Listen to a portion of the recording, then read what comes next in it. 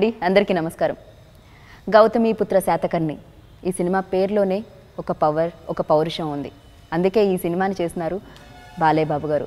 ఇది బాలకృష్ణ గారి 100వ చిత్రం కావడం మరొక విశేషం. మరి ఈ చిత్రం ఎప్పుడు రిలీజ్ అవుతుందని బాలయ్య బాబు అభిమానులందరూ కూడా ఎంతో ఉత్కంఠగా ఎదురుచూస్తున్నారు. ఎన్నో అంచనాల మధ్య ఈ సినిమా మన ముందుకు రాబోతుంది. గౌతమిపుత్ర శాతకర్ణి. గౌతమిపుత్ర శాతకర్ణుని జీవిత చరిత్ర ఆధారంగా తీయబడ్డ సినిమా. మరి ఈ చిత్రాన్ని దర్శకత్వం వహించారు క్రిష్ గారు. మరి ఈ రోజు ఈ చిత్రం గురించి మాట్లాడడానికి బాలకృష్ణ గారు అలాగే క్రిష్ గారు మనతో ఉన్నారు. ఆలస్యం చేయకుండా వాళ్ళతో మాట్లాడదాం రండి.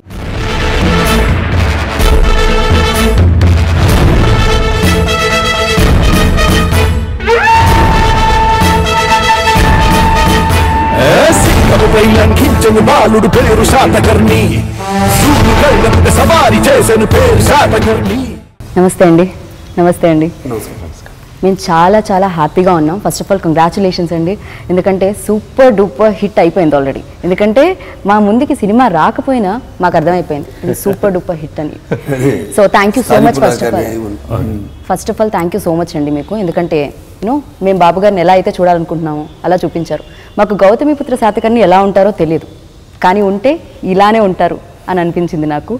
So thank you so much. First of all చెప్పండి, అసలు ఈ ఆలోచన రావడం ఎక్కడి నుంచి వచ్చింది క్రిష్ గారు? ఇది అది ఒకసారి నేను వెనక్కి వెళ్తే నాకు గూస్ బంప్స్ వచ్చినాయండి. మీరు ఫస్ట్ చెప్తున్నప్పుడే ఎలా ఉంటాడో తెలియదు గౌతమిపుత్ర శాతకర్ణి అనేది. ఒక కథ ఆ కథకుని ఎన్నుకుంటుందండి. నేను చాలా అదృష్టవంతుడు. ఈ కథ ఎవరికైనా ఎన్నుకోవచ్చు, నన్ను ఎన్నుకుంది చెప్పడానికి. ఒక కథానాయకుని కోరుకుంటానండి, ఆయన మాత్రమే ప్లే చేయాలని. రాస్తున్నప్పుడు నాకు ఏ రూపం, నేను మొదటిసారి పెన్ని పేపర్ మీద పెట్టినప్పుడు నా మనసులో వచ్చిన రూపం బాలకృష్ణ గారిని. నేను ఆడియో ఫంక్షన్లో చెప్పాను, ఆ రాజస్వం ఎలా ఉండాలి, ఆయన కదులుతుంటే ఒక అగ్గి కాగడ రగులుతున్నట్టు ఉండాలని చెప్పాను. నిజంగా ఏదో ఇప్పుడు ఇంటర్వ్యూ కోసం లేకపోతే బాలయ్య బాబు పక్కన కూర్చున్నానని చెప్పడం కాదండి. ఐ వాస్ రియల్లీ అంత ఆ ప్యాగనిజంలోకి వెళ్ళి రాయటం జరిగిందండి. మామూలు వీరుడు కాదు ఇతను. Is an extraordinary military genius అన్నమాట అతను. అట్ ద సేమ్ టైం అతనిలో ఒక గౌతమిపుత్ర శాతకర్ణిని ఒక హ్యూమన్ ఫామ్లో ప్రజెంట్ చేయడానికి ట్రై చేశామండి. అతను ఓన్లీ రాజు, ఓన్లీ కింగ్ ఆఫ్ వారియర్ కాదు, అతనికి అతని తల్లితో ఉన్న అనుబంధం, శాతకర్ణికి వాసిష్ఠితో తన భార్యతో ఉన్న అనుబంధం, తన కొడుకు, తన బాధ్యతలు, ఎథిక్స్, మొరాలిటీస్. కొంచెం ఎక్కువ టైం తీసుకుంటాను అది ఎక్కడ స్టార్ట్ అయింది అనేది. మనం నాగార్జున సాగర్ అని వింటా ఉన్నామండి. అవును, ఆచార్య నాగార్జున యూనివర్సిటీ విన్నామండి. ఆ నాగార్జునుడు ఎవరు మనకు తెలిసినంత వరకు ఒక బౌద్ధ గురువు. బట్ మీరు మన వికీపీడియాలోకి వెళ్ళి ఆచార్య నాగార్జున అని కొడితే గురు ఆఫ్ శాతవాహనాస్ అని ఉంటుంది.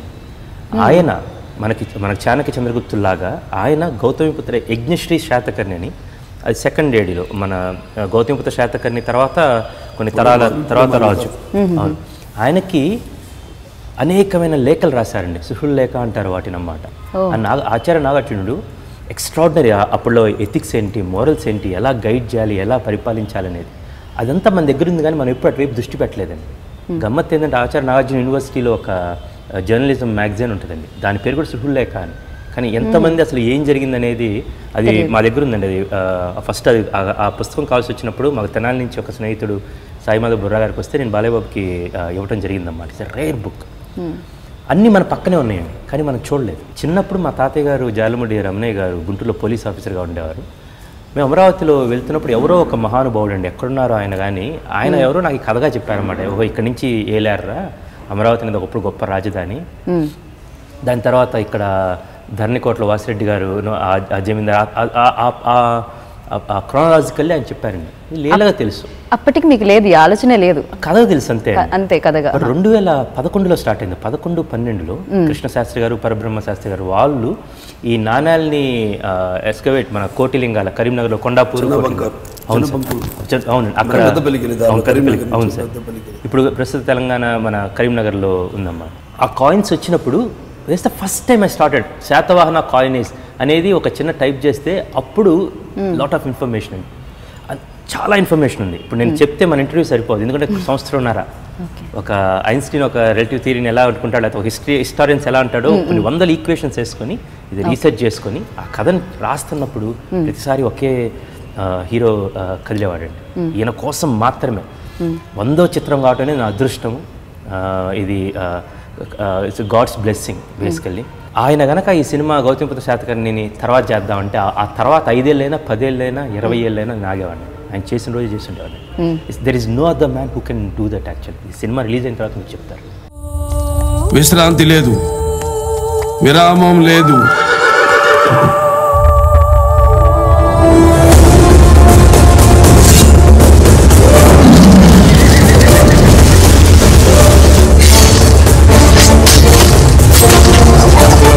మా కత్తి కంటే నేను ఎత్తుటి చార ఇంకా పచ్చిగానే ఉంది.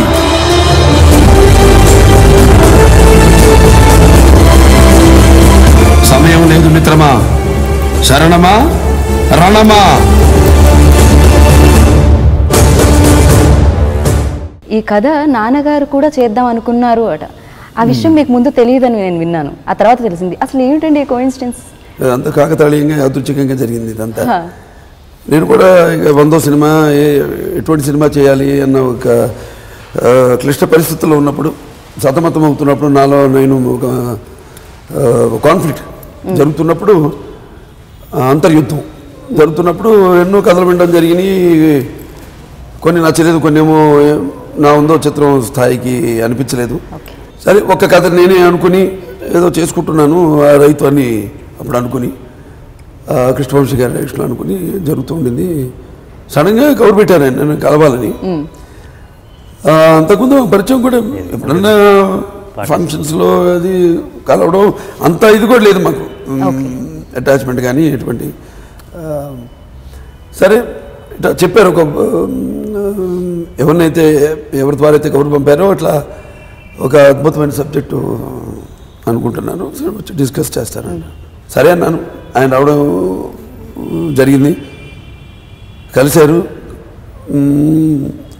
చెప్పారు ఇట్లా గౌతమిపుత్ర శాతకర్ణి అనుకుంటున్నామని.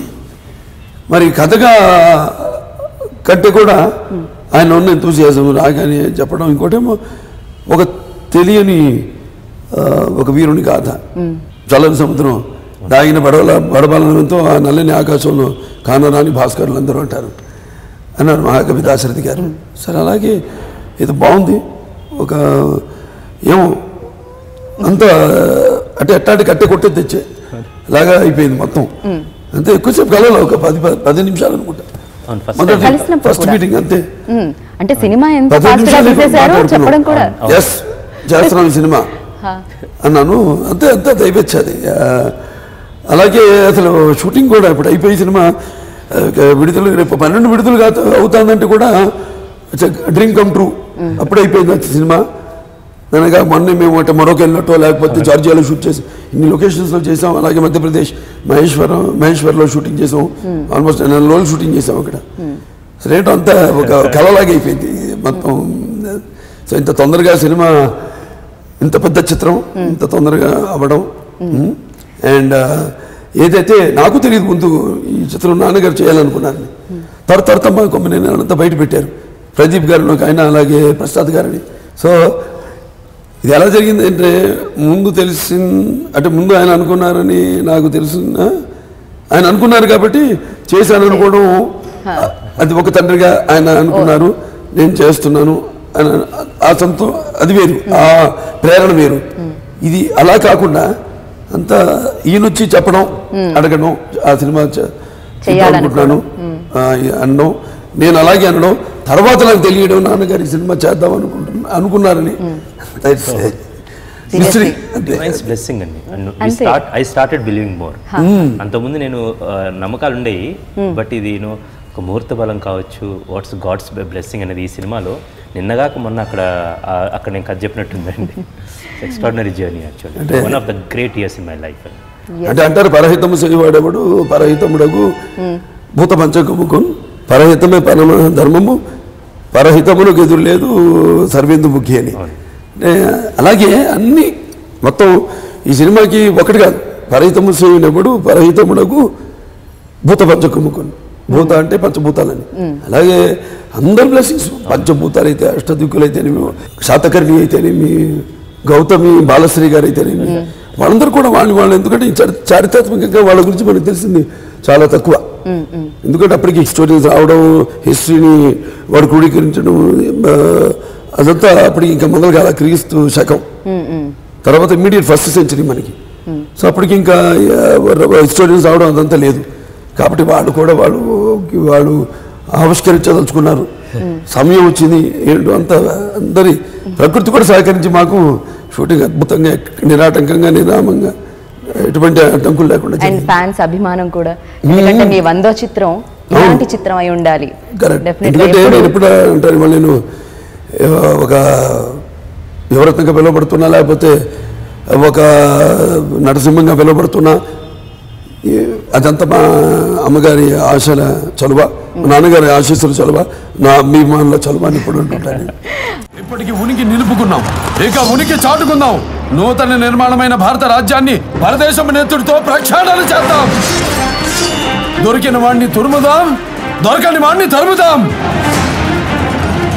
ఏది ఏమైనా దేశం మేసం తిప్పుదాం.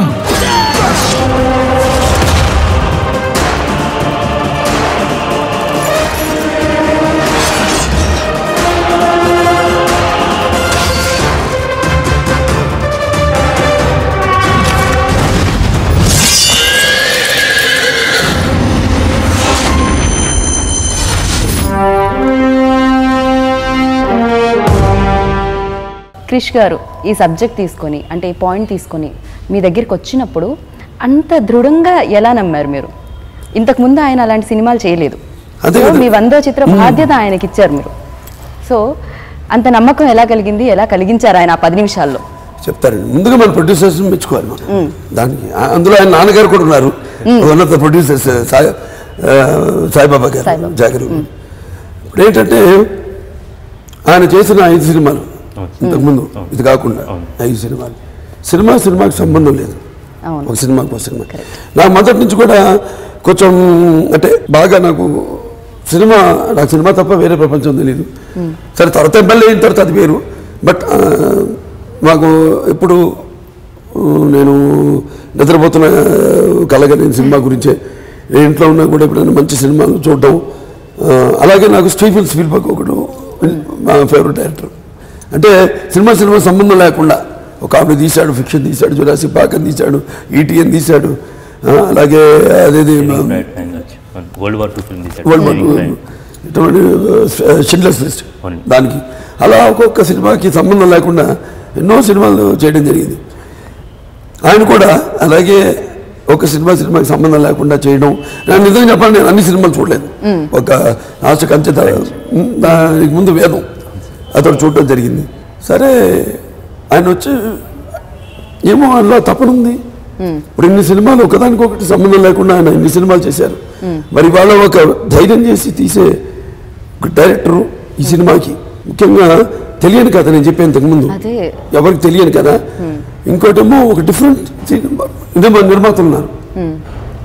ఆరంభింపరు నీచ మానవులు విజ్ఞాస సంత్రస్తులై ఆరంభించి పరిచయించురు విజ్ఞాపతులై మధ్యములు ధీరులు విఘ్న నిహన్యమానులకు దృత్తం సోదాతులై అని ఒక పద్యం ఉంటుంది. దాంట్లో ఏంటంటే జనరల్గా దాని అర్థం ఏంటంటే కొంతమంది ముందుగానే మనకెందుకు ఆ పని, అది చాలా కష్టంతో కూడుకున్న పని, అది మనకు ఎన్నో అడ్డంకులు వస్తాయి అని తప్పించుకుంటారు అసలు ప్రారంభించకుండానే. అలా కాకుండా కొంతమంది ఏంటంటే అడుగు పెట్టాక కదా, రుచి చూశాక దాంట్లో పనులు ఉండగానే కొంచెం అడ్డంకులు రావడం, దానికి భయపడి మనకి అది జారుకోవడం సంభవిస్తుంది. అలా కాకుండా ఒక సంకల్పంతో, ఒక ఆత్మవిశ్వాసంతో ముందుకు వచ్చిన నిర్మాతల్ని ముందుగా నేను అభినందిస్తున్నాను. సో తర్వాత ఇక ఆయన వచ్చి చెప్పిన, అంటే నాకు ఎప్పుడు ఎవరు చెప్పినా కూడా ఎంత తక్కువ చెప్పి టు ద పాయింట్, ఏమి సో ఎటువంటి ఓపెన్గా ఆయనలో ఉన్న ఒక ఆవేశం, ఆయన అది మెయిన్గా నాకు దానికి నేను ఆకర్షితుడయ్యాను.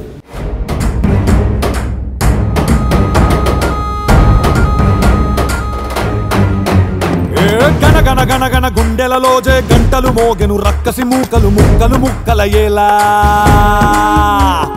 గణ గణ గణ గణ కన్నులలో చిచ్చులు రేగను చిక్కటి చీకటి రగరగిలించేలా వర దాటిన నీ కత్తి సహనమ్మిక సరిపెట్టి ఎంబడురా ఎదటకి రారా అని అనగానే అవురవురా నువ్వు ఆపదకే ఆపదవుతవురా నీకంటే మన నీడే కదరా నడురా వెదురా ముందుకు పదరా వేటంటే మన కాటే కదరా కయ్యానికి సైన్యందా పదరా నీడంటే మన నీడే కదరా నడురా వెదురా ముందుకు పదరా వేటంటే మన కాటే కదరా కయ్యానికి సైన్యందా పదరా. గౌతమీపుత్ర శాతకర్ణి గురించి ఎవరికీ తెలియదు, కొంచెమే తెలుసు. ఒక సినిమా 2.5 గంటలు ఉంటుంది. ఆ తెలిసిన దాంతో సినిమా తీయాలంటే కష్టం. మీరు ఇందాక అన్నట్టు 2011లో మొదలుపెట్టిన మీరు తెలుసుకోవాలని ఇన్ని సంవత్సరాలు తెలుసుకున్న తర్వాత ఈ సినిమా మాకు అందించారు డెఫినెట్గా. కానీ ఆయన ఎలా ఉంటారు, ఎలా ఉండేవారు, ఇవన్నిటినీ ఎక్కడి నుంచి గ్యాదర్ చేయడం జరిగింది? లేకపోతే దీంట్లో ఏమైనా ఊహ ఉంటుందా? మొత్తం అంతా చాలా ఊహ ఉంటుందండి, చాలా కొద్దిగా తెలిసింది. బేసికల్గా ప్రతిదీ we have to dramatise for the taste of audience. రెండోది, ఇది ఎలా ఉంటుందంటే ఒక చరిత్రని కథగా చేయాలంటే ఒక లైన్లో మొత్తం మనకు తెలిసిందంతా గౌతమి బాలాశ్రీ తను మదర్ రాజమాత నాసిక్లో శాసనాలు వేయించింది. నానాగట్లో ఆధారం ఎంత గొప్ప తల్లే చూడండి. బేసికల్గా అతని జన్మనివ్వటమే కాదు, ఇప్పుడు మనం చెప్పుకోవడానికి కారణభూతం కూడా మళ్ళీ ఆమె ఆయన్ని ఎప్పుడు దాకా జీవించుకోవడానికి she you loss really well అన్నమాట. అందులో ఒక్కటి ఫర్ ఎగ్జాంపుల్ ఎక్కడో మనకి ఒక చిన్న తీగ దొరుకుతుంది, రాజసూయ యాగం అని ఆయన చేశారు అని. ఇప్పుడు ద్వాపరయుగంలో ధర్మరాజు రాజసూయాగం చేశారు, అప్పుడు శ్రీకృష్ణుడికి అగ్రపూజ చేయటం, శిశుపాల వధ జరగటం. సో రాజసూయ అనగానే ఆ కైండ్ ఆఫ్ ఊహల్లోకి వెళ్ళి మనం అప్పుడు జరిగింది కాబట్టి వీళ్ళు ఎలా చేస్తుంటారు, అక్కడ what drama we can get when you're reading entire Satavahana dynasties history. Gautamiputra Satakarni దగ్గర నుంచి తల్లి పేరు పెట్టుకోవటం స్టార్ట్ అవుతుంది. సో అంతకుముందు ఉన్నారా లేరా అనేది కథకు అప్రస్తుతం. సో ఫస్ట్ ఈయనే పెట్టుకోవడం జరిగింది. సో ఇక్కడ నుంచి గౌతమిపుత్ర శాతకర్ణి అంటే గౌతమిపుత్ర తన తల్లి పేరు తీసుకోవటమే. ఎవరికి తల్లి పేరు పెట్టుకున్నారంటే అది documentary. How you dramatise that, తల్లి పేరుని తీసుకోవాల్సిన పరిస్థితులు ఏంటి, ఎలా తీసుకున్నారు ఆయన, ఏ పరిస్థితుల్లో తీసుకున్నారు. సో మాకు ఒక చిన్న లైన్ దొరికింది. ఫర్ ఎగ్జాంపుల్ నేను రీసెర్చ్ చేస్తుని చెప్తున్నానండి, మన ఇన్ఫర్మేషన్ ఇక్కడ తక్కువ ఉందండి. బట్ వెన్ యూ రియల్లీ నాకు ఆడియో ఫంక్షన్లో కొంచెం నేను ఎక్సైట్ అయ్యండి చివరిలో. ద సోల్ రీజన్ ఈజ్ నాకు నిజంగా బాధ. ఇక్కడ నేను రీసెర్చ్లోకి వెళ్తే మనం గూగుల్లో ఎవరు లేరని చాలామంది అంటారండి. But you have to go to Google books. Google బుక్స్లో కొడితే మహారాష్ట్ర స్టేట్ గెజెట్లో దాదాపు 100 పేజీల పైగా స్టేట్ గెజెట్ గురించి ఉందండి. ఇప్పుడు మనకి ఏంటంటే మనకి చరిత్ర గురించి తెలుసుకోవాలంటే కూడా మెడ్రాస్ మీరు ఓరియంటల్ లైబ్రరీ ఉంది. అక్కడ లార్డ్ మెకెన్జీ అతను మన వాళ్ళకంటే కూడా ఎక్కువ ఆయన సేకరించిన ఇన్ఫర్మేషన్, ఈ శాసనాలు ఏంటి ఏంటి ఆయన చాలా రీసెర్చ్ చేసి ఆయన అప్పుడు జరిగిన ఇన్సిడెంట్స్ అన్ని ఒక్కొక్క డిఫరెంట్ డైనాసిటీస్, డిఫరెంట్ కింగ్స్ అన్ని కూడా అక్కడ ఉన్నాయి. మన దగ్గర కంటే కూడా అక్కడ ఉన్నాయి. వాళ్ళంటే మైక్రో ఫిల్మ్స్ చేసి వాళ్ళు అక్కడ ప్రిజర్వ్ చేశారు.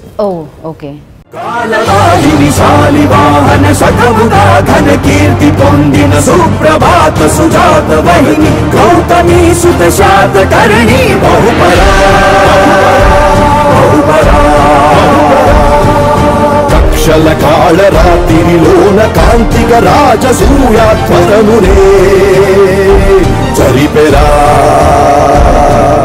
కత్తులలోన చిత్రమైన శాంతికి తానే వేద స్వరముగా పలికెరా. సాహో సార్వభౌమ బహుపరాన్నే కన్న కన్న ఏది నిన్న కాదనుకున్న జననికి జన్మభూమికి తగిన తనయుడి వన్న వన్నన పొందరా. కన్న ఏది నిన్న కాదనుకున్న జననికి జన్మభూమికి తగిన ఫస్ట్ టైం చెప్తున్నప్పుడు ఆయనకి వాయిస్, సార్ ఈ సినిమా మీ వాయిస్ ఓవర్లో స్టార్ట్ అయింది అని చెప్పాలి. Then I was telling this line, మిత్రమా మా కత్తివాదతో రక్తసిద్ధమైన కుంతల దేశం నుంచి పంపుతున్న లేఖ, ఇది మా స్నేహపూర్వక హెచ్చరిక. 18 విరామం లేదు, విశ్రాంతి లేదు, దండయాత్ర లేదు, సాగుతాయి. మా కత్తి కంటెన నెత్తుటి చార ఇంకా పచ్చిగానే ఉంది. అంటే డైలాగ్ దండయాత్రుడు ప్రయాణిస్తూనే ఉన్నాను. దండయాత్రుడు 33 రాజ్యాలకి 32 గెలిచాడు, ఒకటి మిగిలింది క్షారాట, మహాపానుడు సౌరాష్ట్ర, ఒకటి మిగిలింది. సో వారిని మోపుతాడు, అయిపోయింది. మొత్తం దండయాత్రుడు ప్రయాణిస్తూనే ఉన్నాను, ఇక మిగిలింది నీది ఒక్కటే రాజ్యం. సో మర్యాదకు లొంగిపోతావా లేకపోతే శరణమా రణమా? ఒక్కసారి ప్లీజ్, ఒక్కసారి శరణమా రణమా ఒక్కసారి ప్లీజ్. చెప్తా ఉన్నప్పుడు కత్తివాత రక్తశత్వం మాట్లాడుతున్నప్పుడు టిల్ శరణమా రణమా సినిమాను for all the Balayya Babu అభిమానులకు చెప్తున్నాను, ఫస్ట్ ఆయన గొంతు వినబడుతుంది, dialogues what kind of dialogues actually. And then అతను ఆయన ఆ శాతకం వచ్చే ముందు అన్నమాట we have to built it up basically. ఒక ఆయన్ని ఎలాగైతే చూడాలనుకుంటారో అంతవరంగా మేము ఆ డిజైన్ చేసుకోవడం జరిగింది. చెప్తున్నప్పుడు మా కత్తి కంటే నెత్తుడిచారు ఇంకా పచ్చిగానే ఉంది, ఆయన గుర్తుందో లేదో మరి నేను చెప్తున్నప్పుడు దెన్ ఆయన చెయ్యి ఆటోమేటిక్ వెళ్తా ఉంది, మా కత్తి కంటే నెత్తుడిచారు ఇలా పచ్చిగానే ఉంది అంటే ఒక డ్రాప్ ఇలా పడుతుంది, ఏదో చెప్తా ఉన్నాను అనమాట. తీసింది ఇది ఆయన చెయ్యి ఇట్లా వెళ్తా ఉంది, నేను చూశాను, అప్పుడు అర్థమైపోయింది అన్నమాట. ఫస్ట్ 5 minutes ఉంటుంది అన్నమాట, టెల్లింగ్ 99 సినిమాలు అక్కడ ఆయన కట్ చెబుతున్నాడు ఇట్లా లింగ్ వచ్చేసామాట, ఇది చేస్తాను sir. Then I got his attention అప్పటి నుంచి. దెన్ యాజ్ ఐ ప్రోగ్రెస్ ఆ నేరేట్ చేసే టైంకి అయిపోయిన తర్వాత వాళ్ళు చాలా బాగుంది చేద్దాం చెప్పినప్పుడు నేను ఆయనకు ఒకే మాట చెప్పాను వెళ్తూ అన్నమాట, సార్ థ్యాంక్ యూ ఫర్ మీరు ఎప్పుడైనా చేస్తారు ఇంకా అంటే చెప్తానని చెప్పారు. మరుసటి రోజు లెస్ దాన్ సమ్ 12 మళ్ళీ 12-14 hours సినిమా చేస్తున్నాం, గెట్ రెడీ అన్నమాట, కమన్ బీట్. మెరకిల్ అండి యాక్చువల్గా, మెరకిల్. అంటే దీంట్లో నాకు తెలియదు కానీ నేను అప్పుడు కూడా అడగలేదు, కానీ నాకు అనిపించేది కమర్షియల్ పాయింట్ కూడా ఆయన అంటే ఒకటి ఇంతో కమర్షియల్ పాయింట్ ఏంటంటే మన తమిళనాడులో చూసుకుంటే దండు పేర్లు పెట్టుకుంటారు, లేకపోతే ఇప్పుడు మనం మన ఊళ్ళో పేరు పెట్టుకుంటాం, లేకపోతే మన ఇక్కడ గౌతమిని పెట్టుకోవడం కమర్షియల్ పాయింట్ అయి ఉంటుంది. ఏదైనా మీరు అడిగారు గౌతమి ఎవరు లేరుగా ప్రపంచంలో, గౌతమి ఎవరు ప్లే చేస్తారు దాన్ని ముందు అది అడిగాను, అది కమర్షియల్ పాయింట్ ఓకే బాగుంది. గౌతమి ఎవరు అని అడిగా ముందండి, ఫస్ట్ పేరు వచ్చే ముందు గౌతమి పేరు వచ్చిన తర్వాత టైటిల్ అడిగా. ఇప్పుడు గౌతమి క్యారెక్టర్ ఎవరు చేస్తాను, నాకు అది ఇంపార్టెంట్. దాని మీద అబ్బా చాలా ఎక్సర్సైజ్లు చేసి అంటే హేమమాలిని గారు అనుకున్నామండి. ఎమ్మట ఆయన అడిగారు 2-3 రోజు వచ్చి సార్ హేమమాలిని గారు అనుకుంటున్నానండి అన్నమాట.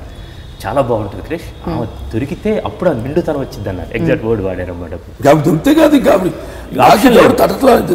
ఆప్షన్. అవును, అలాగే నాకు ఒక క్యారెక్టర్ ఒక కథని ఎవరు వినిపిస్తే చెప్తున్నప్పుడే ఆర్టిస్టులు కూడా కళ్ళ ముందు మెదులుతుంటారు, నా మైండ్లో మెదులుతుంటారు వాళ్ళు. అసలు నాకు ఒక 2 రోజులు అట్లా అనుకున్నాం ఆ క్యారెక్టర్ ఎవరు దాని గురించి ఆలోచిద్దామని, ఎవరు రాలా నా మైండ్లోకి. అండ్ ఆయన రావడం హేమమాలిని గారు అయితే బాగుంటుంది అన్నాం. అంటే ముందు ఆయన ఎక్స్ప్రెషన్ నాకు ఒక ఏంటి నిజంగా చెప్తున్నాను అంటే ఆవిడ దొరకదు అన్నట్టు ఒకటి ఒక ఉంది ముందు. అంటే ఇక్కడ వచ్చామని చెప్పాను కదండి, you be very straight and he is a very honest man. మీరు అడగడంలో నాకు ఒక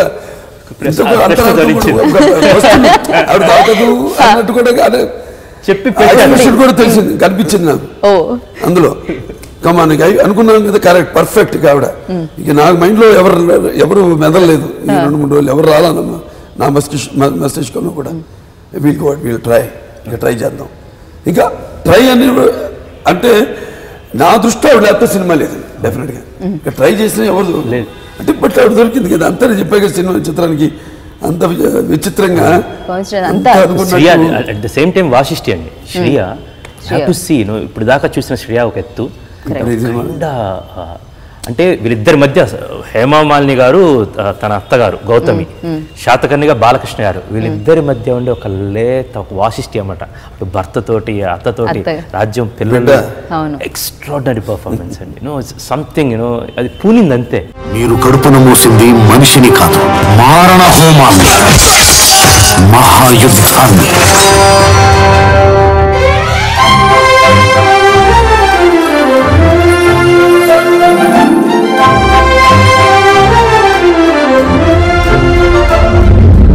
బిడ్డ కడుపును పడ్డప్పుడు యుద్ధానికి వెళ్ళారు, ఇప్పుడు సరాసరి ఇంకో బిడ్డని యుద్ధానికి తీసుకెళ్తున్నారు. మీరు మనిషేనా? ఈ 30 3 కరవాలాలు కరిగించి మహాఖడ్గాన్ని తయారు చేయించండి. ఆ ఖడ్గాన్ని ధరించి సింహాసనం మీదున్న ఈ సింహాన్ని చూసి అనంత విశ్వం అసూయ చెందాలి. అండ్ అలాగే సంగీతం అండి, అంటే ఇంత అద్భుతంగా ఉందంటే బ్యాక్గ్రౌండ్ స్కోర్ ట్రైలర్లో మేము జస్ట్ కొంచెం చూసినట్టే, కానీ అప్పుడే గూస్ బంప్స్ వస్తున్నాయంటే అంత అద్భుతంగా ఇచ్చారు. సో ఆయన గురించి చెప్పండి బాలబాబు గారు. నాకు చాలా తక్కువ అండి, ఒకసారి కలిసాను నేను. కలిసినప్పుడు ఒకటి తెలిసింది, ఆ ఫ్యామిలీ వాడిది. ఇప్పుడు ఎలా అన్ని కలిసి సినిమాలో ఆయన బైజు బాబు తీశారు, వాడు తాతగారు. దాని తర్వాత శ్రీరామరాజ్యం తీశారు ఆయన. చూడండి, ఆయన తాత తీసిన శ్రీరామరాజ్యం, నేను తెలుగులో శ్రీరామరాజ్యం చేయడం ఇవన్నీ. But first, I have to give 100%, I have to say thanks to Balakrishna గారండి. మామూలుగా ఎలా ఉంటుందంటే, ఒక నమ్మితే ఎలా ఉంటుంది అనేది, మీరు ఎక్కిమీడ అనే పాట ఉందండి, మీరు నమ్మాలి. రేపు షూటింగ్ ఈరోజు నైట్ నేను పంపించాను సార్కి. సార్ భయపడుతూ ఉన్నాం అన్నమాట. ఫస్ట్ టైం సాంగ్ చేస్తున్నప్పుడు హీరోకి జనరల్గా ఎలా ఉంటుంది, నన్ను పంపించాలి, ఇక్కడ ఇన్స్ట్రుమెంట్ బాగాలేదు, అక్కడ అది వాయిస్ బాగాలేదు, ఇక్కడ ఇది మార్చు, ఇక్కడ అది మార్చు. పంపించినప్పుడు అంటే how much confidence as in me as a director, ఆయన అంటే ఎంత ఫ్రీడమ్ అనేది. ఎప్పుడు ఫస్ట్ వచ్చినప్పుడు ఆ పాట ఆయన సెట్కి వచ్చినప్పుడు వినలేదు కూడా, మొత్తం రెడీ అయ్యారు, మొత్తం ఉన్నారు. అక్కడ ఒక చాలా ఎద్దుల బండిలో వెళ్తూ ఉంటుంది, రాజు మారువేషం వేసుకుని వెళ్తూ ఉంటాడు. కూర్చొని అక్కడ ఉంటే ఈయన వచ్చారు, కూర్చున్నారు, మేకప్ వేసుకుని వచ్చారు. మరి చిన్నపిల్లడు అయిపోతాం, మరి ఫస్ట్ సినిమా చేస్తున్నట్టు ఉంటుందండి ఆయనతో వర్క్ చేస్తున్నప్పుడు. ఇలా వచ్చి మా పని మేము బృందావేశం మేము పెట్టుకుని ఒక కెమెరా పెట్టుకున్నాం, ఆ బ్యాక్గ్రౌండ్ అంతా సెట్ చేసుకుంటున్నాం. బాలయ్య గారు వచ్చారు, we can't make him wait long, basic energy everything you have to capture it on screen. Sir ఒక్కసారి మనం విందాం సాంగ్ అని చెప్పి సాంగ్ వేస్తా ఉన్నాం, పరిగెత్తుకుని అసిస్టెంట్ వచ్చారు, sir song cut చేయొద్దన్నారు, sir వింటారంట.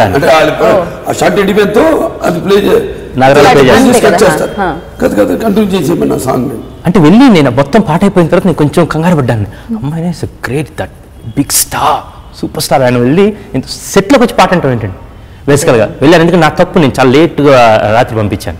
Sir క్షమించాలి, నేను చాలా లేట్గా వచ్చింది, ఇది final version, I want Udit Narayana and Shreya వాళ్ళ వర్షన్ ఏదంటే సూపర్ ఉంది క్రిష్, సాంగ్ చాలా బాగుంది, ఎంత పదాలు కానీ అది కానీ. ఎవరు శాస్త్రి గారైనా kind of confidence, the kind ఆ విన్ను తట్టని చూడండి, అదే అనొచ్చు. 2-3 రోజులు ముందు పంపించవచ్చు కదా అనొచ్చండి.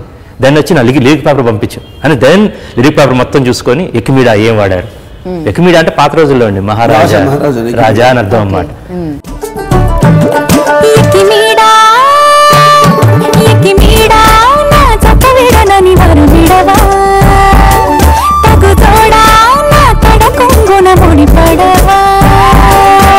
సుకుమారి నీ సొగసు సిరులు నన్ను నిలువెల్లా పెన వేసుకుని, మహారాజు నన్ను మరిపించే నీ మహత్తులో పడిబంది నయ్యానే ఇటవుతానే.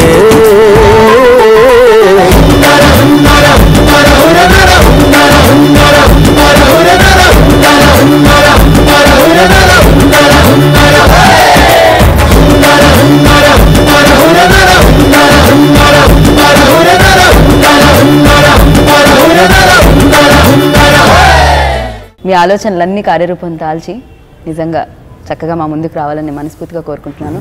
అండ్ ఈ అవకాశం నాకు ఈరోజు వచ్చిన నేను ఇందాక చెప్పాను అదృష్టంగా భావిస్తున్నానని. Thank you so much. And మీకు ముందుగా గౌతమిపుత్ర శాతకర్ణి సంక్రాంతి శుభాకాంక్షలు.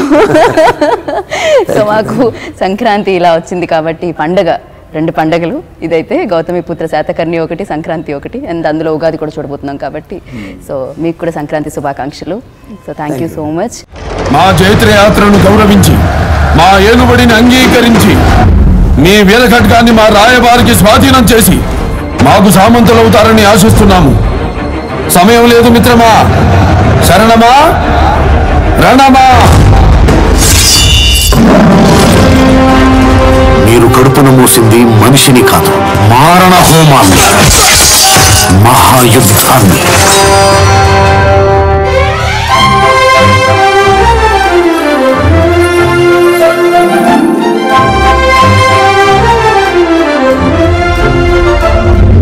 ఒక బిడ్డ కడుపున పడ్డప్పుడు యుద్ధానికి వెళ్ళారు, ఇప్పుడు సరాసరి ఇంకో బిడ్డని యుద్ధానికి తీసుకెళ్తున్నారు.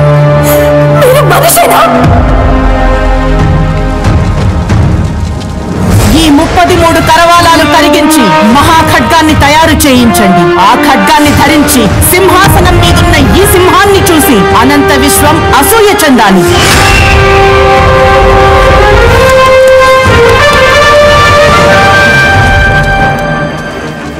శాతకర్ణి, నేను సింధు నుంచి ఆక్రమించుకుంటూ వస్తాను.